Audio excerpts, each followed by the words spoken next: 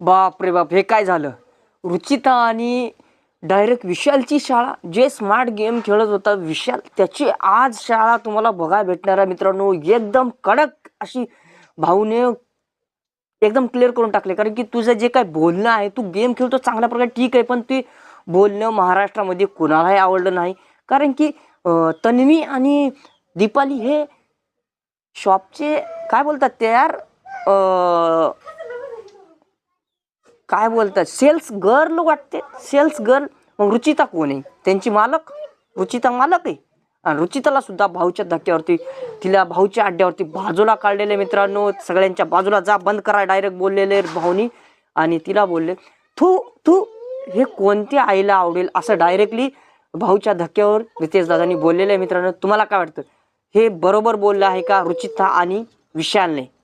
विशाल खूप स्मार्ट समजत होता, पण आता पांचट गेम झालाय त्याचा सगळा. मित्रांनो धन्यवाद.